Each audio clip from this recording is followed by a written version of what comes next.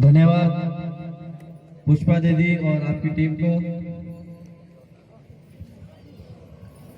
आपने बहुत सुंदर अपने समाज के प्रति एक अच्छा गीत सुनाया और अगली कड़ी में मैं हमारे बीच में एडवोकेट मगन दादा मगन पारगी को आमंत्रित करता हूँ, वो आए और 2 शब्द रखें।